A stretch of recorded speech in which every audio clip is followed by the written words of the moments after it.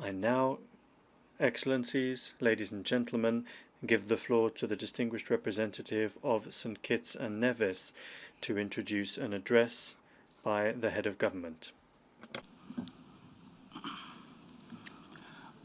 Mr. President, Excellencies, I have the distinct honor and privilege to introduce a pre-recorded statement by the Honorable Dr. Timothy Harris, Prime Minister of the Federation of St. Kitts and Nevis. Mr. President, Mr. Secretary General, distinguished delegates, it's my privilege and honor as the Prime Minister of St. Kitts and Nevis to address the United Nations General Assembly today.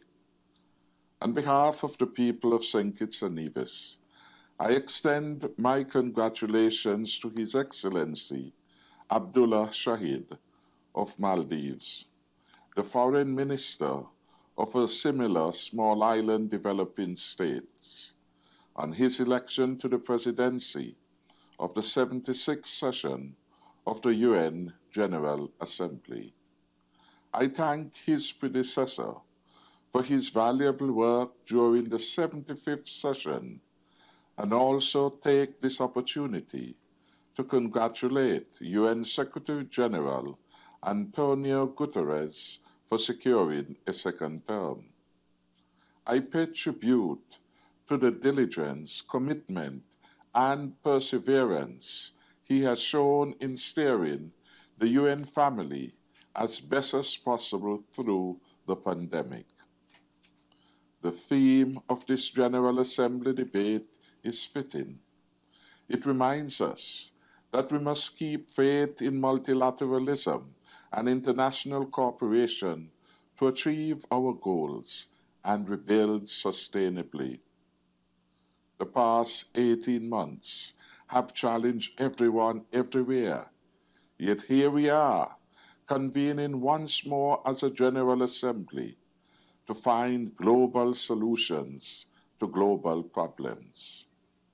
The battle against COVID-19 is not yet won, and its devastating impact on our societies and economies continues. We believe strongly that no one is safe until everyone is safe. That requires equitable access to vaccines and other medical products and technologies. I commend the international community for its response to calls for vaccine equity, and I'm pleased to say that St. Kitts and Nevis is just one of the many countries to have benefited from the COVAX facility established by the World Health Organization at the start of the pandemic. I also wish to thank our bilateral partners for their generosity in providing us with vaccines. St. Kitts and Nevis has 66% of its adult population fully vaccinated, and over 75% of the target population has received their first dose. We are endeavoring to improve these statistics in the near future. Our citizens responded selflessly to our calls for social distancing and adhered to the other COVID-19 protocols, playing an active role in curbing the COVID-19 pandemic and helping us to overcome community spread. Healthy lifestyles remain a central element in our fight against COVID-19, particularly as we continue to prioritize the delivery of health care to people living with non-communicable diseases who, given their higher risks, are most vulnerable to the disease. The need to continue investing in a resilient health system and comprehensive public health services is paramount.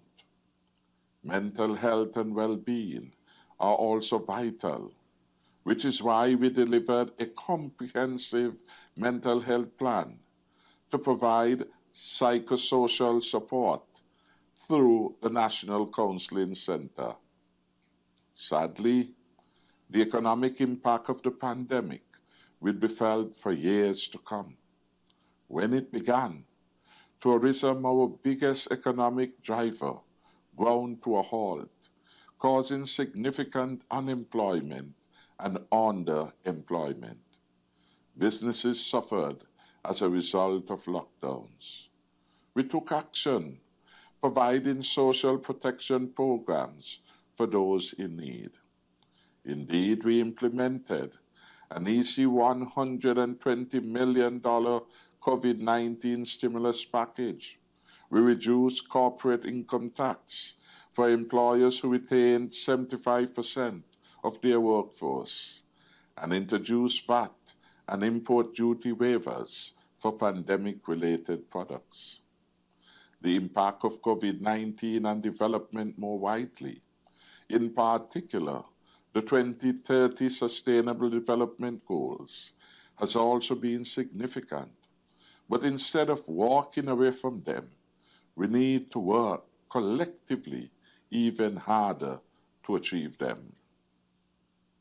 Climate change and climate-related events continue to threaten the existence of small island developing states such as ours. As the climate crisis intensifies, we witness the erosion of coasts owing to rising sea levels, fisherfolk struggling to maintain their livelihoods from waning oceanic diversity, families forced to relocate away from coastal areas due to the strength, intensity, and relentlessness of each passing hurricane season. Sustainable Development Goals number 13, 14, and 15 are of particular significance as they require us, among other things, to improve education and awareness of, as well as human and institutional capacity on, climate change mitigation, adaptation, impact reduction, and early warning. A less negative outcome of the pandemic has been its effect on turbocharging the digitization of our workplaces and societies. But not all countries, particularly small island developing states, have the infrastructure, the capacity, and workforce skills to fully benefit from this revolution.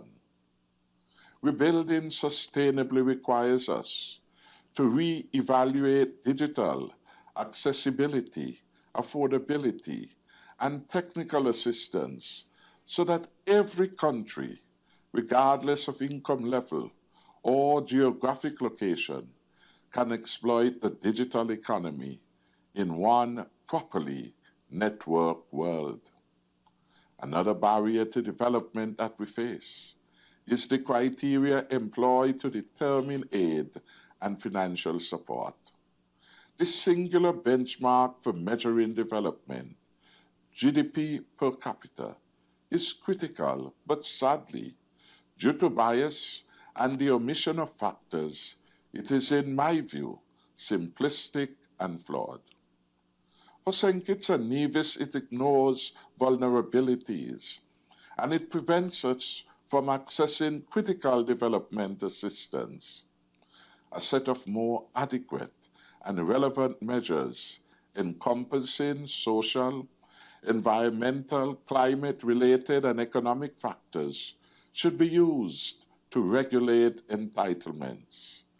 The use of a multidimensional vulnerability index, for example, would be a far better judge of development than simply GDP per capita. The protection of life from violent crime is also of fundamental importance, and discussions surrounding small arms and light weapons remain critical to our democracy. Our position remains that the uncontrolled proliferation of the illicit trade of small arms and light weapons has significant impacts on the health and well-being, socioeconomic development, human rights, and human development of every citizen in the world. The new challenges faced as a result of technological developments must also be taken into consideration and confronted. We will also continue to lend our voice and support to the work of the United Nations with a view to bringing about an end to the misery caused by these weapons. St. Kitts and Nevis prides itself on continuing to build strong alliances and increasingly expand our international footprint. Our diplomatic ties are founded on mutual respect for and adherence to the United Nations Charter, the rule of international law, and on the appreciation of the value of human life and dignity. For this reason, I call for the lifting of the economic, commercial, and financial embargo against Cuba, and I note the incalculable damage it causes. During the last 4 years, for example, the blockade against Cuba has been reinforced with more than 240 coercive economic actions and measures, reaching unprecedented levels of hostility. The government and people of Cuba have contributed much to my country, the Caribbean, and indeed the world, especially during these unprecedented times. One can only imagine the potential of their contribution to the international community were the embargo to be lifted. Furthermore, I cannot address this august body and not recognize our dear friend, the Republic of China, Taiwan. St. Kitts and Nevis again renews its call for Taiwan's inclusion in the international community. We strongly believe Taiwan has an important and continuing role to play in international development strategies, given their great successes in so many areas. Taiwan has demonstrated that it can be a true partner in health, and we have seen its exemplary response to the pandemic firsthand in St. Kitts and Nevis and other parts of the world. My country looks forward to Taiwan being included in the United Nations system and its meetings, mechanisms, and activities. St. Kitts and Nevis is pleased that a few days ago we met to commemorate the 20th anniversary of the Durban Declaration and Program of Action. It is important for the world to be united against racism, racial discrimination, xenophobia, and related intolerance. Untold suffering and evil were inflicted on millions of men, women, and children of African descent as a result of the transatlantic slave trade, colonialism, apartheid, and many of the other ills of our history and other crimes against humanity. We welcome the establishment of the Permanent Forum for People of African Descent, which will serve as a consultation mechanism for people of African descent and other interested stakeholders, and as a platform for improving the quality of life and livelihoods of people of African descent. We make, as other CARICOM heads of government did way back in 2013, a clarion call for reparations and reparatory justice. We subsequently formed the CARICOM Reparations Committee and the establishment of the 10-point plan that outlines the path to reconciliation and justice for victims of crimes against humanity and their descendants. We hope that this meeting has invoked a new momentum to pursue action to right the wrongs that are still manifested today. In conclusion, Mr. President, We're all in this together. My hope is that we will emerge from COVID-19 stronger and more united than ever before. There is no better place than this General Assembly to forge a positive consensus in order to build a better future for our children, our grandchildren, and indeed their children. We are indeed living in unprecedented times, and we have responded admirably so far. But we must continue to be proactive, relentless, resilient, and willing to share our ideas and resources as members of the same brotherhood of nations. We look therefore to the future with hope and with great expectation. I thank you.